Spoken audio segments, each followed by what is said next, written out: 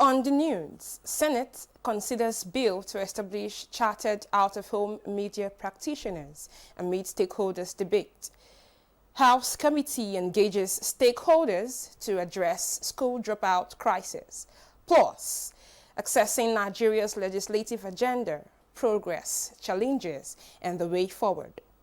Hello and welcome to Parliamentary News. I am Praise Onwachuku. Senate has held a public hearing on a bill for an act to establish the chartered out-of-home media practitioners of Nigeria. Recommendations of stakeholders, however, differ in respect of an already established advertising regulatory council. National Assembly correspondent Joshua Ogunjide tells us more. Out-of-home advertising, also known as outdoor advertising, refers to billboards, signage, or the highly impactful media displayed in public spaces. The sponsor of the bill, Senator Enyinaya Abaribe, says the bill seeks to ensure the physical aspect of the chartered out-of-home media practitioners of Nigeria are standardized and professionalized. It will as well take a comprehensive environmental impact on the out-of-home media. This particular sector faces numerous challenges of lack of standardized regulations, inadequate professional development, and inconsistent practices. It will foster the growth of the industry, leading to the creation of new jobs. However, observations of stakeholders differ, considering the existence of Advertising Regulatory Council of Nigeria, ACON. The ACON Act is void to the extent that it purports to regulate and control outdoor advertising, especially the hoarding aspect, in view of the clear provisions of the 4th schedule of the Constitution. Everything in this bill is currently contained in the ACON law, which might imply that if I want to do advertising, outdoor advertising, I need to get certification from ACON, first and foremost, to practice, and seek another certification from this new body, thus making it difficult for those who intend to do the business. All the billboards that we have in this country, they are huge assets. Some of them are in millions. But there is none that we can use to collect loans in the bank because of no regulation. The owner of Ife, Obadiah Yogunwusi Ojaja II, expresses royal support for the bill. It's going to enhance the aesthetics of the environment by eliminating incidents of cluttering and engendering sanity and orderliness. The outcome of it will be work to prosper the interests of this country. From the National Assembly, Joshua Ogunjide, NTA News. As part of government plans to establish alternative education centers across the Federation and to bridge the gap and tackle the challenge of out-of-school children, the House of Representatives Committee on Alternative Education engages with stakeholders to share ideas and experiences that will make the initiative a success. National Assembly correspondent Isa Mohammed has details. The stakeholders' engagement marks a crucial step towards tackling out-of-school children problem with collective efforts. Statistics from UNICEF shows that Nigeria faces a staggering challenge of out-of-school children with more than 10 million children affected. The committee says part of the initiative is to train children on different traits and skills to be self-reliant. As part of our advocacy, we are able to reach out the nook and crannies of this country. We are able to visit the esteemed traditional leaders, the stakeholders in the education sector, and of course, other players within the system to converse for their support, to get their buy-in, and to also get them on board this trend. The experience of the 1st August 2024 has gone a long way to show us the danger of not properly taming this menace of out-of-school children in the country. Some of the stakeholders at the engagement agreed on collaborative efforts towards the success and sustainability of the program in achieving quality education for all school-age children. The main purpose is to escalate the National Sector Skills Qualification Framework and to ensure that all the 18 sector skills that have been proposed are working well to ensure that we take off the streets all the unlettered, gentlemen that are on the streets, and also to ensure that we arm them with skills to enable our country grow. They believed continuous enlightenment, community engagement, and collaboration will go a long way in preferring workable solutions. From the National Assembly, Isa Muhammad, NTA News. Nigeria's National Assembly uses its legislative agenda to address key national issues, including economic growth, security, and governance reforms. The Ninth Assembly achieved milestones such as the Petroleum Industry Act and Electoral Act amendments. The 10th Assembly, inaugurated in 2023, aims to build on these by prioritizing insecurity, youth unemployment, and digital economic reforms. While progress is notable, gaps in implementation and alignment with public needs remain critical concerns. To discuss these issues, we are joined by the chairman of the House Committee on Legislative Agenda and a member representing Ikot Ekpene Essien Udim, Opot Akara Federal Constituency in the 10th National Assembly, Patrick Omo. Thank you for being here. Thank you very much. What progress is the 10th House making in implementing its legislative agenda? Well, judging from our tracking metrics, I would say we've done our very best. And the bills that we have improved the quality of bills in the House. And then we've also tried to use the medium-term framework to assess the performances of some committees whose responsibilities implicate directly on the agenda. And so far, a lot has happened. It's the People's House. We have improved access to parliamentary business. It's an open parliament. That's why it is streamed live for Nigerians to see the work we're doing in parliament.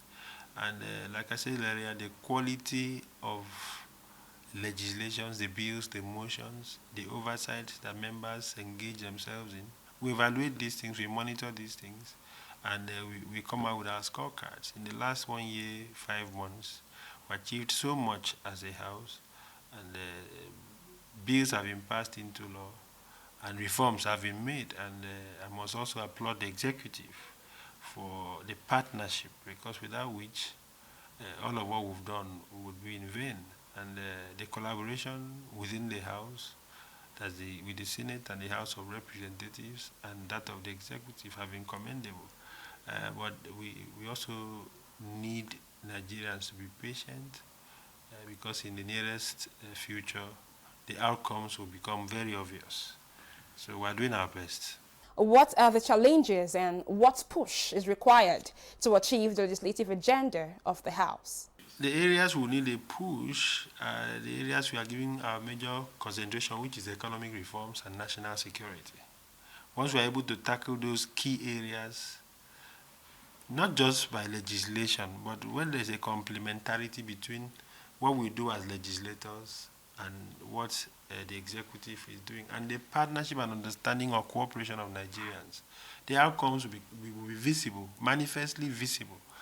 That is it. So we need a push because we need the cooperation of all Nigerians. We need this, civil societies must cooperate with us in advocating on gender issues, on economic reforms, on inclusion, on law reforms, on anti-corruption, on national security, on economic diversification, on climate change, and even environmental sustainability, which are key areas in the agenda. The Nigerian economy will drive. So all hands must be on deck, which is our advocacy as a parliament, which is why we have made the parliament a people's house, so that Nigerians will be part and parcel of what we're doing. We are representatives of the people first and foremost. And it is that mandate that enables us to work for Nigerians. So we have tried to strengthen the social contract between the people and ourselves as their representatives. So that is it. We need the cooperation of Nigerians. That's where we need the push.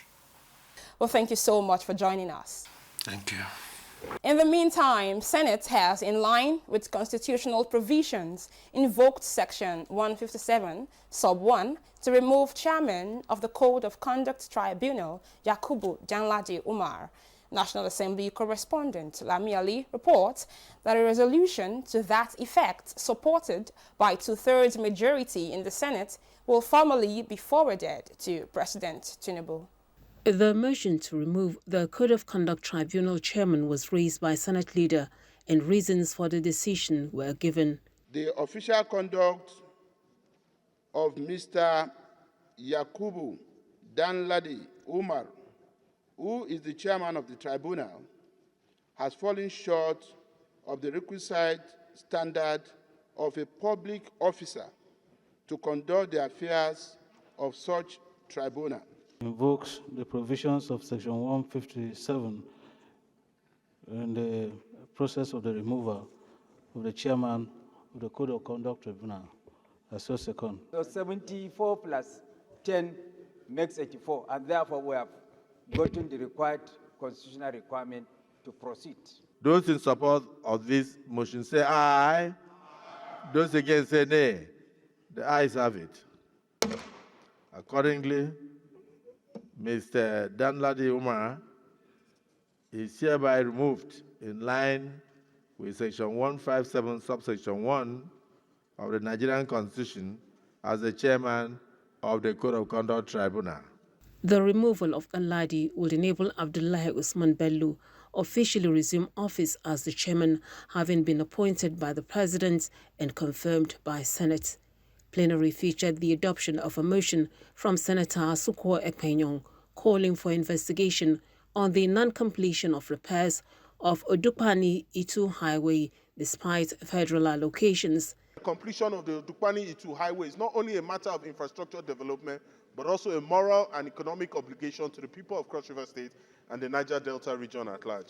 Senate also adopted the motion from Senator Yahaya Abdullahi calling for sustained efforts by the military to stop further infiltration of Lakura terrorist group in northwest Nigeria. The military to work with the communities and other security agencies to set up early warning mechanisms to forestall further incursions. These people are well armed with sophisticated weapons, and I believe they even have some international connections. What we need to do is to urge our security agencies to double their efforts. We know they are doing very well. This is how Boko Haram started. A minute's silence was observed in honor of those killed by the terrorists. Meanwhile, Senate has joined the rest of the world in observing the International Children's Day with an assurance that Parliament would provide the needed legislative framework towards a better future. From the National Assembly, Lami Ali, NTA News. President of the Senate, Godswill Akpabio, says Nigeria and China should take full advantage of President Bola Tinubu's recent visit to China and the Forum on China-Africa Cooperation to boost diplomatic, trade and parliamentary relations between the two countries. While hosting the new Chinese ambassador to Nigeria, Yu Donghai, Akpabio acknowledged that Nigeria has a lot to learn from China in terms of technical skills for employment opportunities. As I was coming in, next to where you parked your car, your official car, I parked mine. But my own is an imported car, while your own is made in China. We would like to have a situation whereby Nigeria can also produce its own vehicles, assisted by China.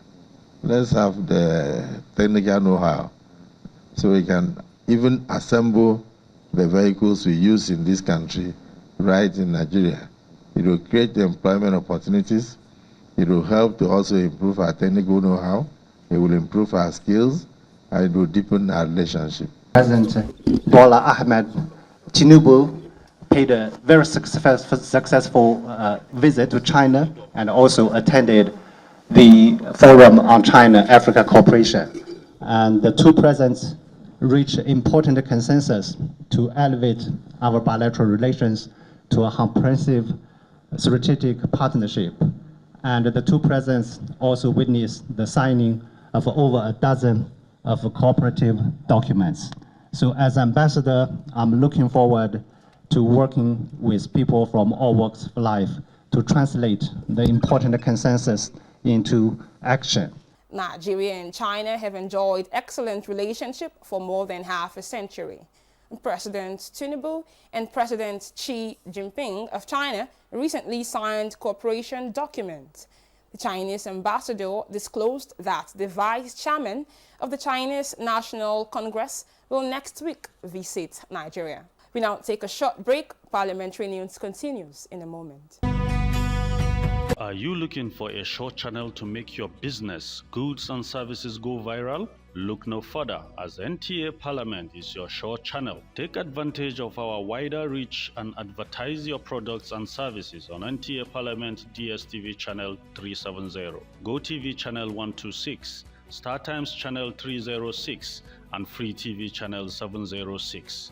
For more inquiries, contact the marketing department, NTA Parliament, NTA Headquarters Area 11 Garki Abuja, or call these numbers 080-383-40464 or 080-770-78055. NTA Parliament, strengthening Nigeria's democracy. Welcome back. In an effort to promote maritime security and for related matters, the House of Representatives has held a public hearing on a bill for an act to establish the Nigerian Marine Corps. Some stakeholders, however, expressed reservations that the bill is inimical to the functions of the Nigerian Navy. National Assembly correspondent Joshua Ogunjide has details. When passed into law, the Green Chamber says the bill will protect the maritime sector of the economy and other national interests. This is not merely about creating another military branch, but establishing a specialized and well-trained unit to address Nigeria's unique challenges and opportunities. Together, let us work toward ensuring that the Nigerian Maritime Corps and the other agencies that are being proposed to be debated on is based on facts and not based on mere speculations. Considering the principal function of the Nigerian Navy, which is to defend and maintain the sovereignty of the country's waters, stakeholders submitted that such an establishment was tantamount to duplication of effort as well as lack of clarity in objectives and scope of internal relations and perception, amongst other factors. In particular, Section 7 very quickly talked about assisting the Navy and one other agency in carrying out certain functions, acts of pollution, unauthorized fishing, unauthorized research or survey activities. I respectfully submit that the Navy does not engage in any of these activities, and we do not need any agency to support us in that light. Their expertise could be beneficial if integrated into the Nigerian Navy or the Nigerian Police Marine Section or other maritime law enforcement units, thereby promoting efficiency and resource optimization. The Nigerian Marine Corps, amongst others, is to charge 1% of the value of the gross freight of inbound and outbound cargo in vessels calling at or departing from any port in Nigeria. This we find quite objectionable. Impact on cost of governance, establishing the Corps will conflict with the federal government vision of reducing governance costs as demonstrated in the Orange report recommendation for restructuring agencies. The public hearing aligns with the legislative agenda of the People's House on Urban Parliament, Agenda 6, underscoring the Green Chamber's commitment to fostering transparency and inclusive governance. Mr. Chairman, you will recall that on the floor of the House, when this bill was debated for second reading, there was a heated argument by many of us parliamentarians who were not comfortable with the bill. We didn't want the bill to go through the second reading on the floor of the House, and His Excellency the Right Honourable Speaker mandated those of us who on the floor of the House did not support the bill to make sure that we make our submissions during the public hearing. From the National Assembly, Joshua Ogunjide, NTA News. A bill to provide constitutional voting rights to Nigerians in diaspora has scaled second reading in the House of Representatives. National Assembly correspondent Mitairi Ipen reports on resolutions at Wednesday's plenary. The diaspora voting bill, co-sponsored by Speaker Tajuddin Abbas and Representative Sadiq Ango, seeks to alter relevant sections of the Constitution to allow Nigerians residing outside the country to vote during Nigerian elections without having to go through the rigors and challenges of having to travel down to Nigeria to exercise their right to vote. The bill has been referred to the Constitution Review Committee of the House to clean it up and make it conform and not be in conflict with the Constitution. Also passed for second reading was a bill seeking establishment of Federal College of Entrepreneurship and Skills Acquisition in Lela, Sokoto State. To provide a full-time course teaching, instruction and training in technology, applied science, arts, social science, humanities, and management, and for related matters. In other resolutions, lawmakers sought investigation of delayed release of 50% Nigeria Shippers Council funds deducted by the Federal Ministry of Finance. Mandate the Federal Ministry of Finance to release all outstanding 2% port development levy surcharge funds owed to the Nigeria Shippers Council.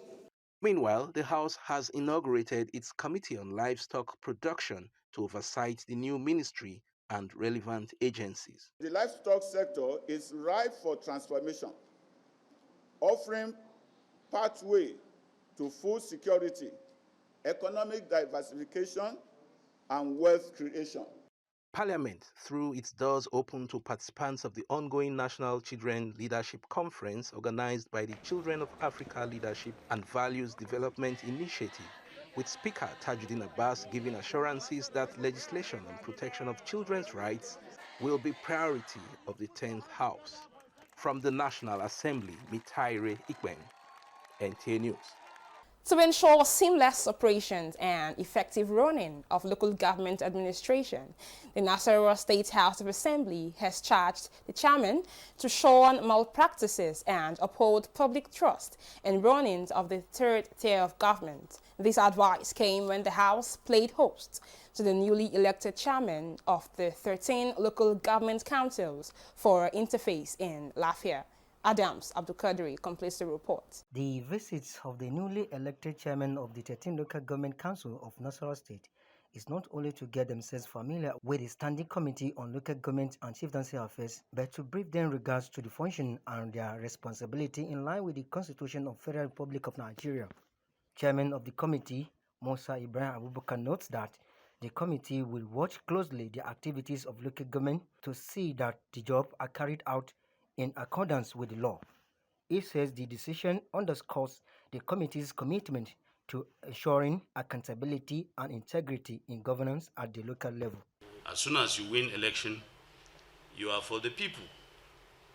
You are not expected to segment your community.